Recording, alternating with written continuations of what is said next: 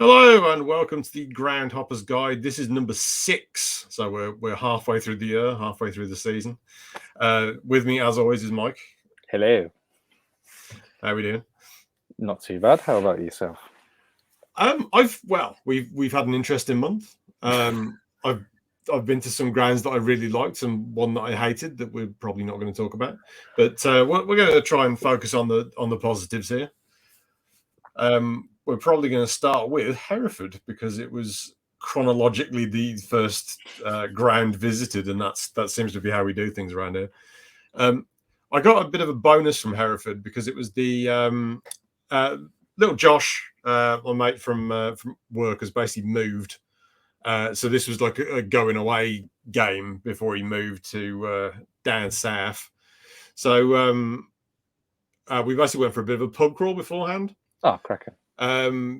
So I was a little bit tipsy when the game started, which is why I'm wearing a pink Hereford shirt with it says Forever United on it because they're no longer Hereford United. They're just Hereford. It's got a bit of the Germany World Cup 1990 design on it, hasn't it?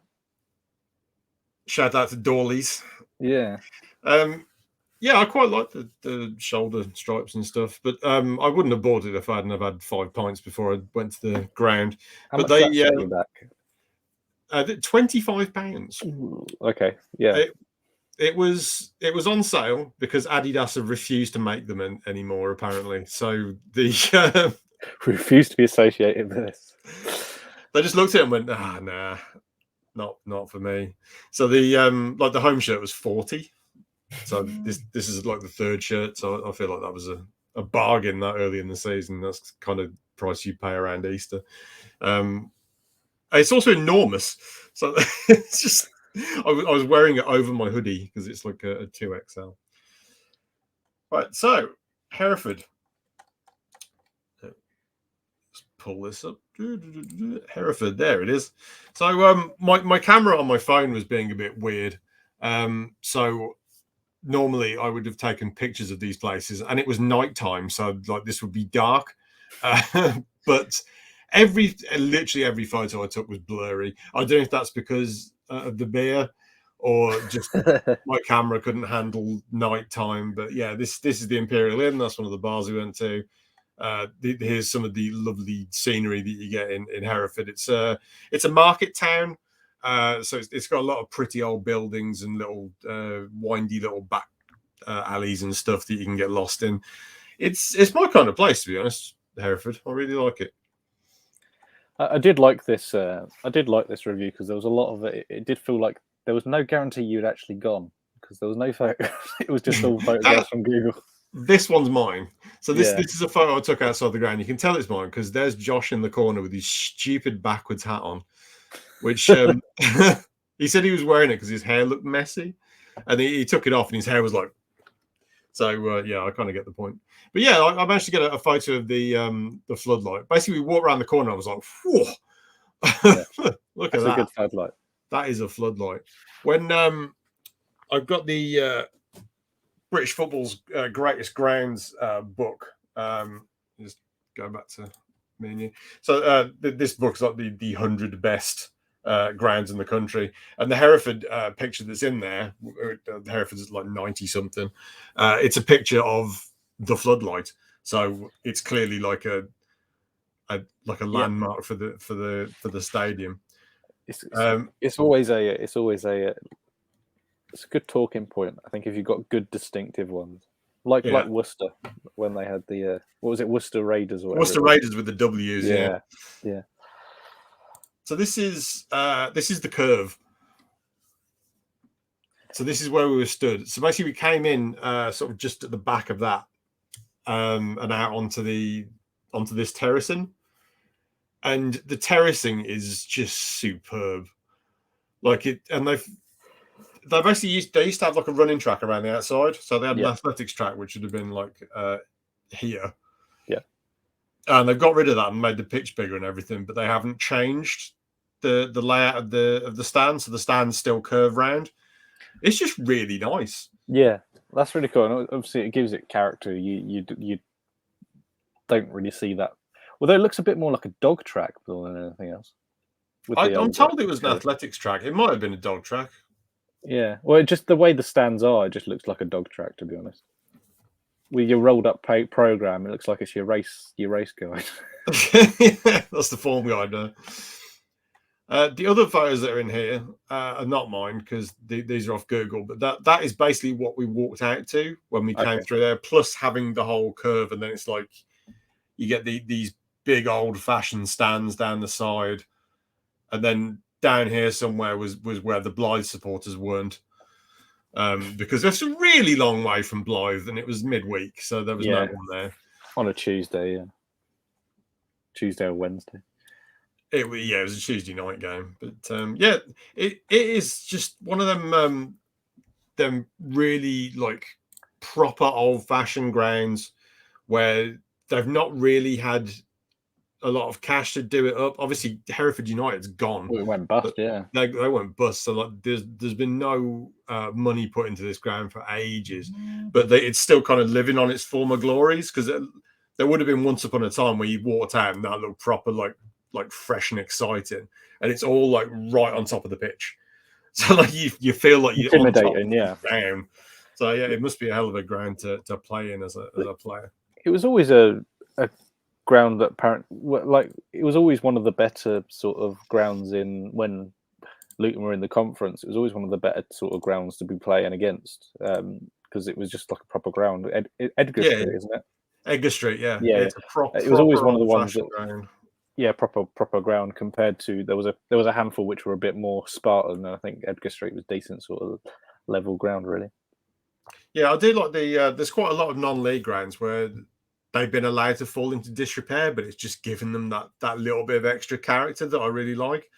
It's like Kenilworth Road, where it's like they're clearly biding their time now until they move. So the ground's a little bit dilapidated, but it's kind of dilapidated in fun ways. Apart from the toilet. It's the same as it was when I started going 20 years ago. So 21 years ago. So it's no different. So yeah, that was Hereford. I really enjoyed Hereford. It was a nice night out for me and Josh for his last ground before he moved away. And we had a good time. To Woking, yes. So I'm gonna have to pop down to Woking, and I'm saying it like that because that's how he said it.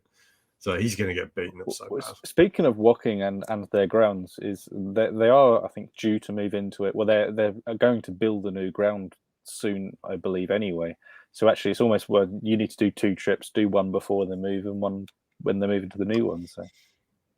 So I have to look it up, see when it's taking place. I don't think they've started building, but I know they're definitely planning it. Oh, okay, yeah, I'll be down before then. I would have thought. Yeah, you can pop over for that one, Mike. Yeah, it's not that far, really. Not far to Woking. I could either drive or just go out on once Crossrail finishes in about 3 years' time.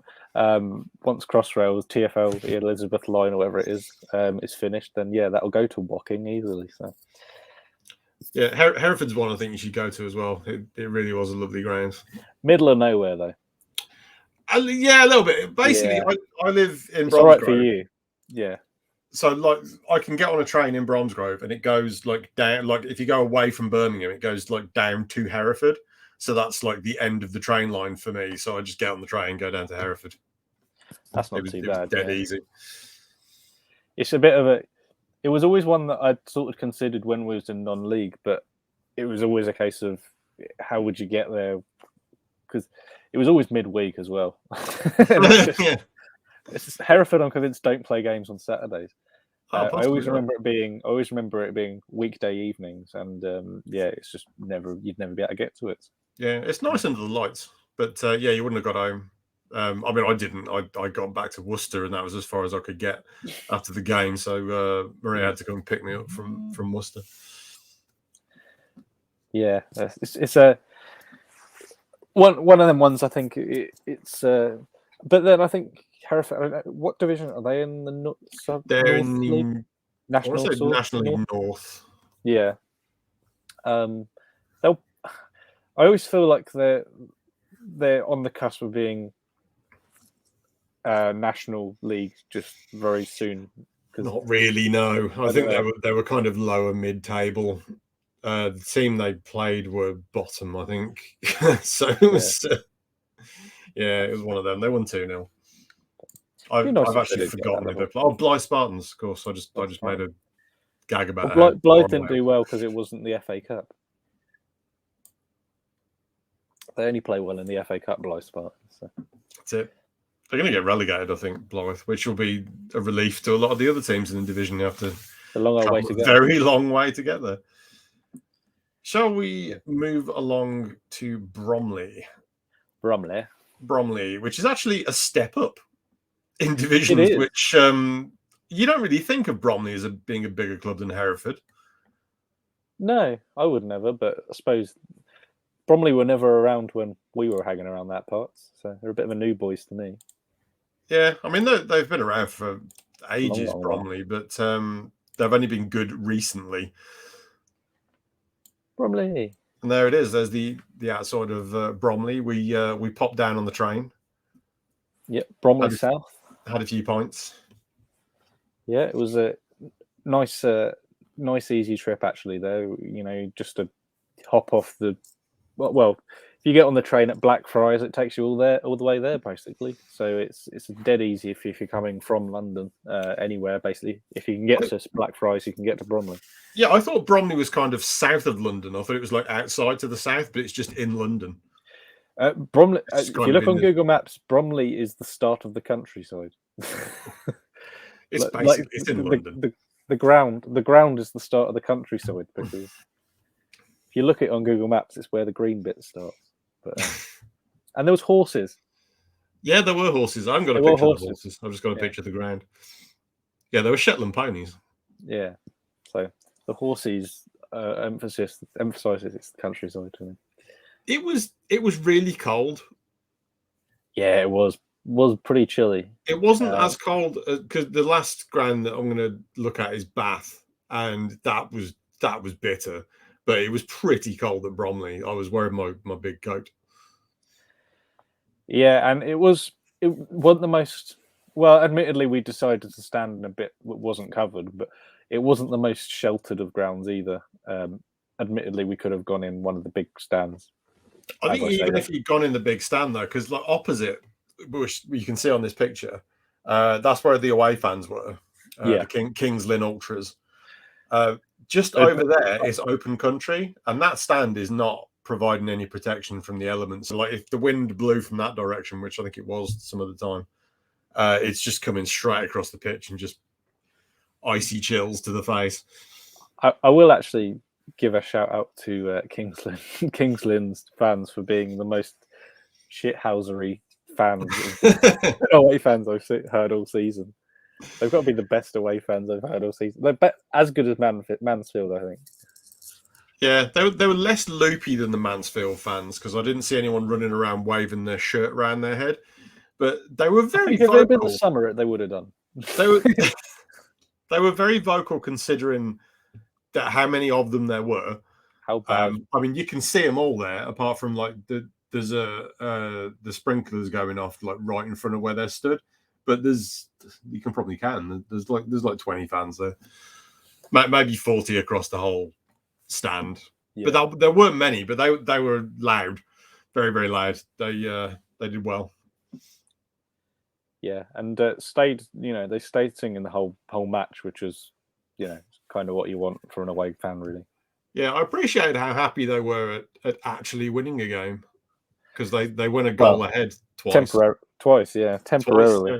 The second one was an absolute blinder. I did actually manage to find it because obviously National League you do get highlights of. Yeah, and I did actually manage to find it, and watching it the second time was absolute cracker. Oh yeah. That wasn't the one that you got distracted by the cat, was it? That was that was the goal before. That wasn't amazing, to be honest. It was fairly rudimentary, but See, we were stood in front of the famous Bromley Tea Hut, made famous by the Bromley boys. Sadly, Dave Roberts passed away just 2 days ago, just before we were recording there. It's really sad to see that. He was one of the main reasons why I wanted to go to Bromley because he wrote about it so passionately in his books. and the tea hut is where he'd worked. So I was like, oh, I need to go and have a look at see if it's still there, and it is. And I actually tweeted at him saying, like, is it anything like it used to be back in the day? And he said it was unrecognizable. So it was nice to have that little interaction with Dave. Yeah, and in a way, yeah.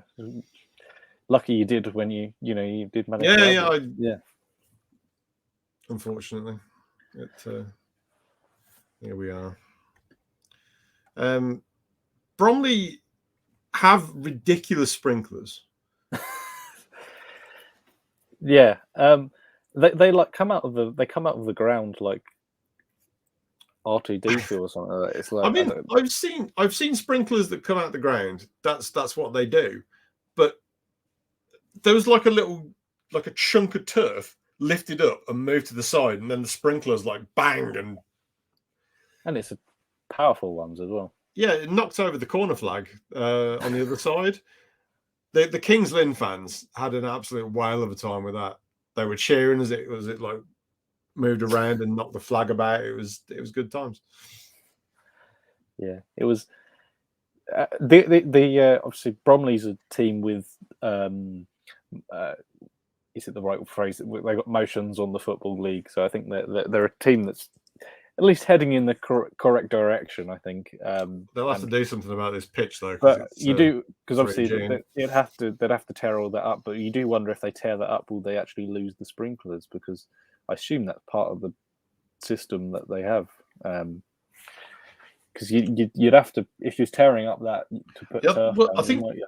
Well, they're off the corner, aren't they? So you're like this bit up out here. That's allowed to be 3G. It's just the playing surface that isn't. So I think they'd be all right leaving that as it is. It's probably okay. That might be all right. Yeah. That is the main stand. Yeah. Is the Glyn Beverley stand? Not sure who Glyn Beverley is. Didn't look it up. That is like opposite. So that's like next to where the away fans were. I wanted to take a picture of it because like the Bromley got the nice badge, badges on there. You don't like circular badges, do you? I hate them. I say wearing a circular badge on my shirt. No, there's it's one of the worst. One day I think I'd get on my soapbox and slag them off, but it's one of the worst design trends in football in this century, in my opinion. Worse than the shield badge thing that everyone went through in the early 2000s. But I'd love to do a quiz one day, and it's just taking off the letters of taking off the words from all of these circular badges, because they've all got exactly the same style. They oversimplify their logo in the middle, put a little circle around the outside, and then just put St. Albans City FC or whatever. And I hate it. Absolutely hate it. There's no originality in it. And I've actually heard the reason why they do it as well. And the reason why is because it looks better on social media. Because it goes as a circle. They're all circle things. No, it's absolutely. I'm a bit of a sucker for heraldry, so possibly that's why I like old municipal borough badges, shield type thing. But I can't stand it. It's my biggest. But every single time I see a club come out with a badge like that, I just get absolutely furious. I hate it. I didn't realise that was going to trigger you quite so much. But yeah, Hemel Hempstead Town recently moved to a circle badge, and I was just like, St. Albans got rid of their wonderful old heraldic badge last season they did it, and it just looks crap now. As I say, Hemel Hempstead had a really weird badge. It was like a picture of Henry VIII, and now they've just turned that into like a circular badge with exactly the same style. It's all Manchester City's fault. All Man City's fault. The City Football Group has poisoned football in the worst way possible with these circular badges. I don't mind this badge because, admittedly, yeah, it is a circular badge, but this is like I can't even tell what it is. It's a Montpellier, the Montpellier badge. Okay. They've kind of had this same badge since the 70s. I don't really have a problem with it. And also, it's also not using the same font that every other single club uses. They use this single sans serif font in every single thing. They'll maybe have like a little rose or a little football on it on the corner when they do the bit at the bottom and the bit on the bottom. But Yeah, absolutely hate it. Sorry. That's okay. Let's cheer you up with a picture of a cat. Yay! I loved the cat. I don't know what his name was, but he looks like the cat that lives in the next door house to me. Actually, it's not him, but it was weird because I happened to look around. I was like, Mike, there's a cat. And the kids are playing with it and stuff, and it's just like, oh yeah, that's the Bromley cat. That's as if it was like, oh, obviously there's a cat in the ground. And he wanders. The cat just wanders to the tea hut. Yeah, he just wandered in and out of the tea hut. It's just like better beat the queue. A bit. I don't think they'll make him queue. Yeah, he's royalty. Yeah, I love the Bromley cat, and I hope he's looking forward to Football League football next year. Yeah, we're kind of hoping that Bromley get promoted because it'll be like one less than 92. It'll count towards the 92, and it won't have to do it. So, and I always like London teams in the league. So we've also got the mascot here, the Raven, creatively named Raven. Yeah, he looks a bit depressed. It's possibly because his wings are not functional. Maybe they want to get him some bigger wings. Yeah, but if he has wings, he'd fly away, and then Bromley Stadium would fall down. These things happen. They lock him in there. The game itself, Mike, was really good. Yeah, I think we've both said the same thing. I think it was probably the best game we've seen this season. Really back and forth, 3-2 game. I honestly wouldn't have put Kings Lynn as second from bottom in the league because they were pretty good. I don't know how long. Yeah, I don't know how long they've had. I forgot his name, Jaden something, the winger who scored the first goal. He's on loan from Millwall, so I don't know how long he's been there. He was really decent. Yeah, he was proper decent. He kind of played on the wing and through the middle, and he caused a lot of problems. Was he the one who got the controversial first goal? He scored, the controversial opener that we were convinced was out of play. I did watch it back, and it did stay on.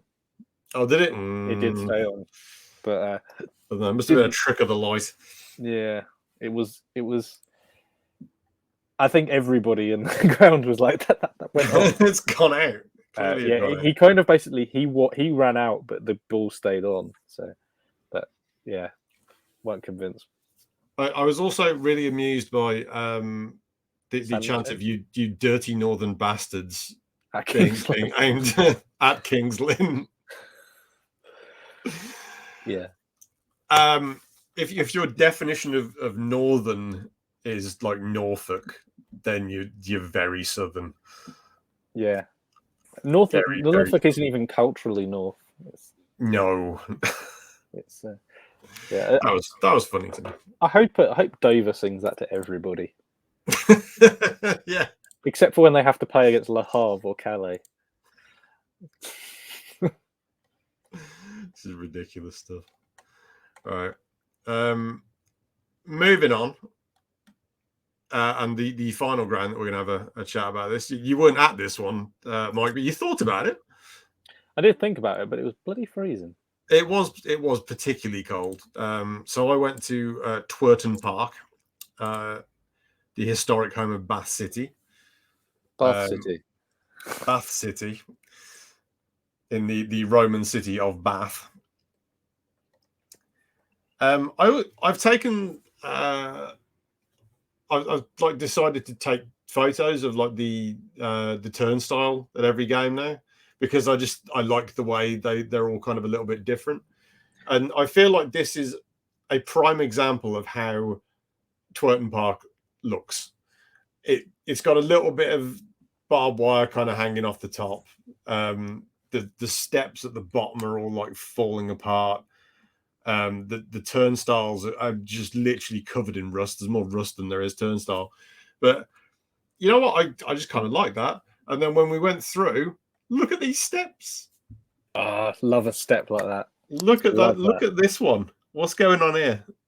What's with the tape on the floor? I think they might have done like you must stand this far apart tape on the ground during lockdown, and they've left it. So it's kind of peeled away a little bit. But the steps themselves are ropey, but in a good way. And I love this little bit of fence that we got here. This divides out the two sections out. So like you could only go into the grandstand from this side. But then when you got into the grandstand, you could just walk out and walk around the ground. So like it's yeah, it is what it is. And the great thing about Twerton Park, and it is in it's in the book that I was flashing before, Mike Bailey's ground guide. It was in here, and basically he's took pictures from over this side of the ground, and you can see out across Bath. So like from this end, which is all houses here, you can see all the way out across Bath. So it's a spectacular view. It's just it was a bit of a miserable day when I was there, so I'm like I could have taken that picture, but it just wouldn't have looked as good. So it's in the book if you want to revisit in the summer, maybe. Possibly when it's not freezing cold. So we went up into the grandstand. I don't know if you can make this out, but like across the way here, this is the main terrace. Okay. So there's like this is Bath City, yeah, Bath City along the back, and then there's like a snack bar around the middle somewhere. But I don't know if you can see this, but look at the steps as you go along. It's too small, but the steps basically go up. Oh, okay. So not this end, not over right, on the left, but on the right end, they go like this much higher. And I think it's because this is the away end, and it's more popular. So they've just made the steps like higher, bigger. I think they've put some more steps in down the bottom or something. It's very weird. Like looking at it from the other side of the ground, I'm like, what's happening over there? Is that an optical illusion? It's obvious. It's not something that's been designed like that. Over time, they've gone as a need. Let's make it like this, and it's something that's been added on rather than like designed weird to be that way. At first, I thought like the pitch was like sloped or something, but it's not. It's literally the steps go up at the top there. It's a shame you can't see it. See it better there? No, not really. No, not really. So this is where the away fans congregate. If it's an actual like proper high stakes game, they get locked in here. So like you've got the fence at the end there is the only part of the ground you can't walk through, and this end is like a gated end. So I went and took a look at it. There you go. There's the gate going in, so they can actually close the gate and just leave them in there. Oh, everything's rusty. Fantastic. There's so much rust. Did you get your tetanus jab before you went? I've had one not that long ago because I got bit by a dog. So you're right then.